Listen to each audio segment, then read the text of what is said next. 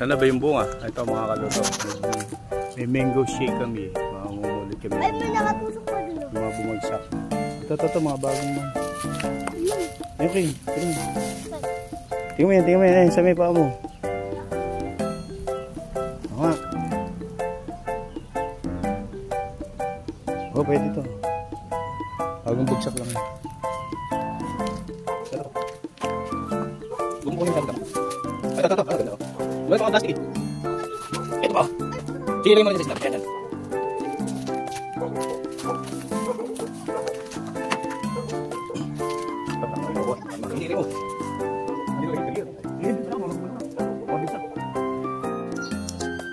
Ito yung napulot namin kanina, mga idol.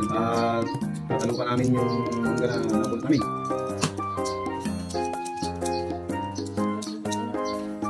Oh, ha? Sarap po.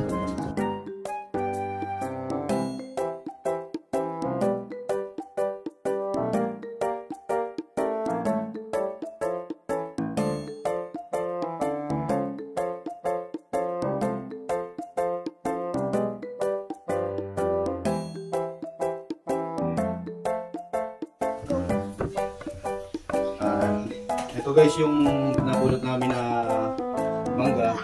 Hiwa-hiwa namin ng maliliit. Tapos hindi na pala namin blender kasi mas masarap yung mayroong kang nakakain na nangunguya na na medyo bubo na mangga. So kaya hindi na namin need ng blender. At ito ay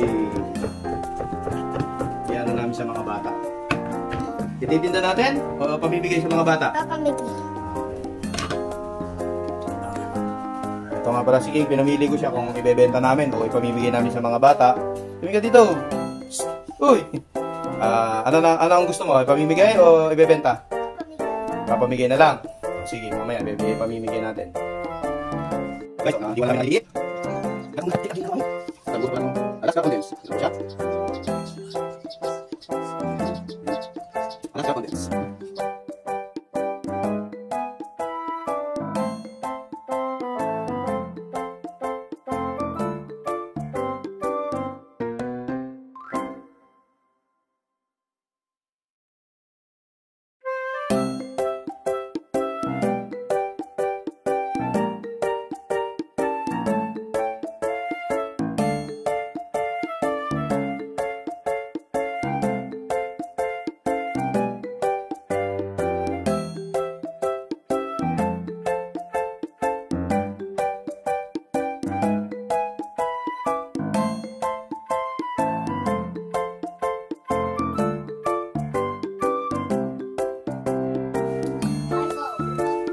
Sino bibigyan mo niya?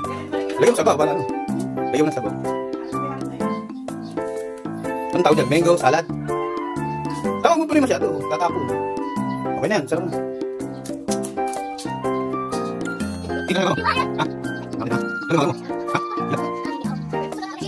Tapos ano makatingnan? Ha? Baka na nalawag yung... Ayun, ito na po guys, ang nagawa ni King. Bilang rin, wala. Tapos pala kami.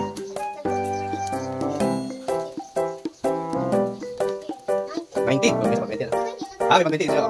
May 20 po naman. Guys, nilagay na po namin sa rep para mamaya pagka nag-yelo na siya, buo na siya at bigas na. Pamibigay na natin sa mga kaibigan ni King. At ang gusto kasi ni King, pamigay daw namin. Ayaw niya ibenta. Sige, sara na natin. Ito nga yung ginawa ni King na mango salad. Binibigay niya sa kanya mga kalaro. Kaya tanong ko siya kung ibebenta ba namin, wag na raw ibenta, pamigay na lang namin sa mga kalaro niya. Ganyan na kami si King. Doon, wala kang kutsara. Wala kang kutsara.